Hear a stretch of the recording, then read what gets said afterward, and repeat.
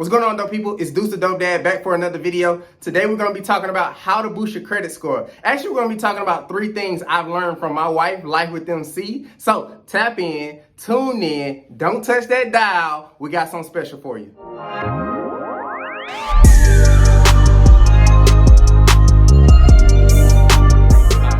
Alright guys, here she is in the flesh. So it's LifeWithMC right here. So instead of me doing all the talking about the things that I've learned, how about I just let the expert do the talking? I think the first thing I learned from you on this journey was how important it is to focus on building that profile versus being so consumed with your credit score. A lot of times people want that score is like a status, you know, but you taught me to more so focus on that credit profile because the score will come along the way. So I want you to just explain and, you know, basically tell us why that building that profile is more important than, you know, focusing on the credit score. Okay.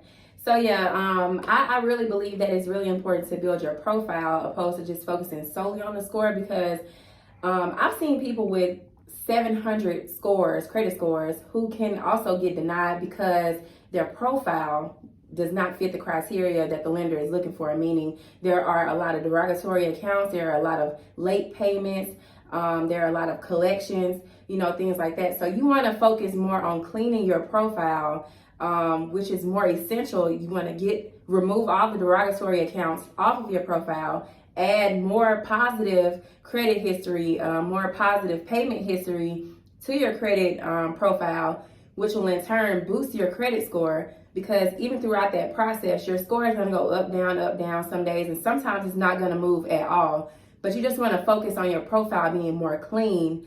Even things such as your personal information, you want to get that down to just like one name, one phone number, one date of birth, one address, things like that. You don't want it to be consisting of several different variations of your name, several different employers, because you look unstable to lenders. So you just want to clean up that profile and the score will come.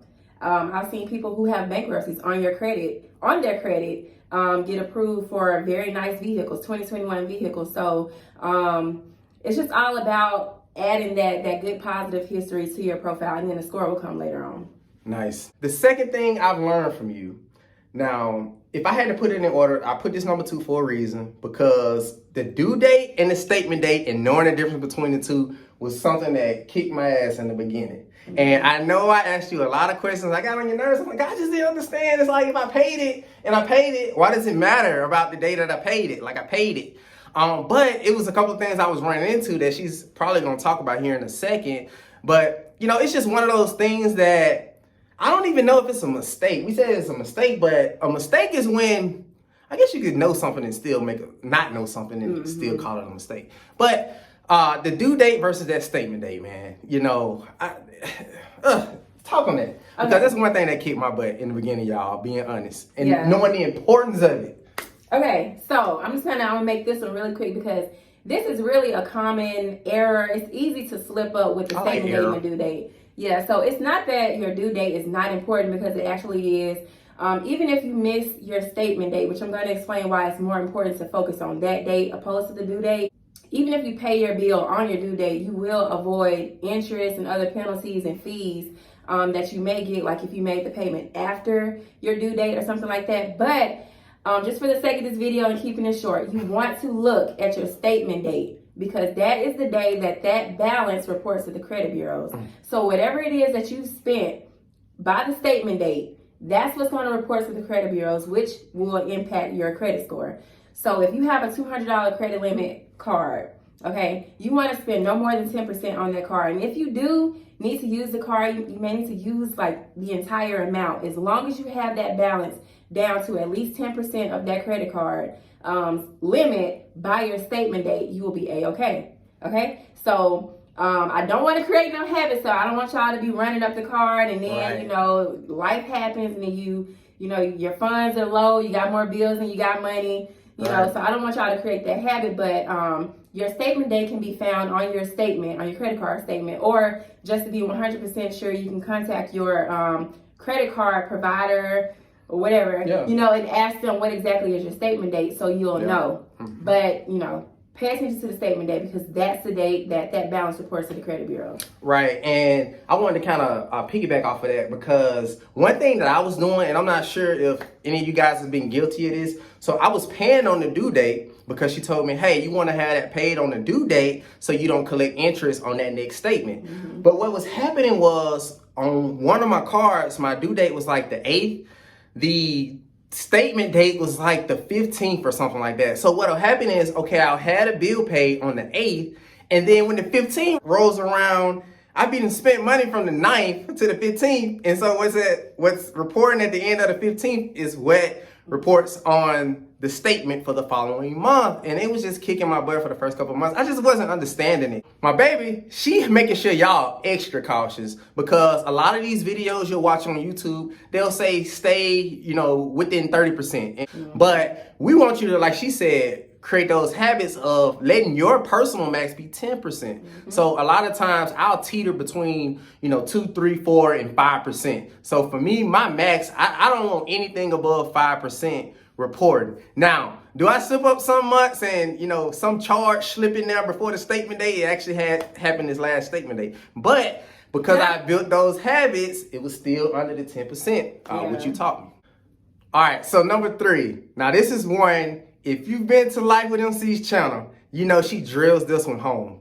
Now, a lot of times when you're let's just say you're the type of person, you're in the rebuilding process. A lot of times you want to be very, very, very, very selective about what you're doing and what you're putting on your profile during that rebuilding process. The third thing I've learned from you is rebuilding while repairing. And I guess it could be easy to kind of jack things up if you don't know what you're doing when you're trying to rebuild, but you're actually making the repair process worse. So could you speak on the process of, I guess, rebuilding as you're repairing? Yeah. So rebuilding and repairing, basically with repairing, you are removing derogatory accounts. With rebuilding, you're adding more positive credit accounts to your credit report. So while you're repairing your credit, I always say move in stages, move in different steps throughout your credit report. So you want to start with your personal information and things like that, because that's the easiest thing, and just cleaning up that area makes it easier to add more positive history because it makes it easier to remove derogatory accounts when certain information like your address or maybe a misspelled name or something like that is connected to an account that's on your profile that needs to go. So what that looks like as far as like adding positive accounts would be like, getting a secured card. Maybe if you have a credit card on your account that was closed previously with the balance, or maybe you have a pay charged off, which means that it's still a derogatory account, but it doesn't hold a balance. So if you only have negative accounts on your credit report, you have nothing positive going on while you're repairing, your score can get stagnant. So even though you're removing those negative accounts and lowering those balances by making payments, if you're not adding to it, you're not helping your score.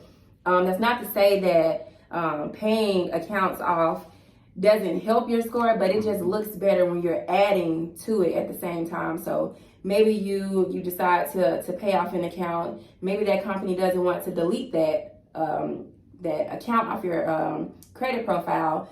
What you want to do is to eliminate that having such a big effect. You want to go add a positive credit account, such as a secured card, to your credit profile, so it's not as like that derogatory account won't stand out as much.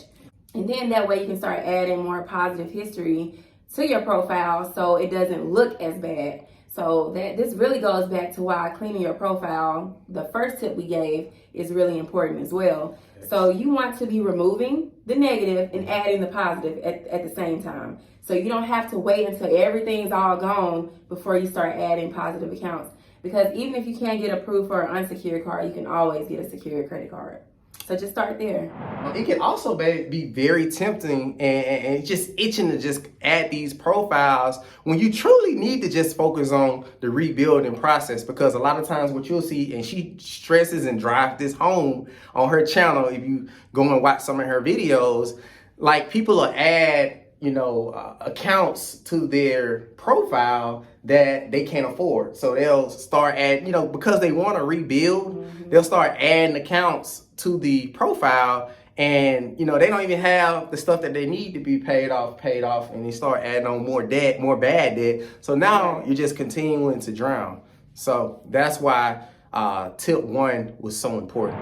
All right, so that pretty much wraps it up. Those are the 3 things that I've learned from my wife, Life with MC. So, babe, before we go, do you got anything else, any bonuses, anything you want to share, talk about? I don't know.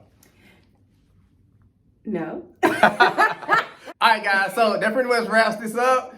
If you got value from this video, which I know you did, go ahead and like, comment, share this with somebody as well. I'm sure they can get value from it as well. Deuce the Dope Dad. And Life with MC. We signing out. See y'all in the next video.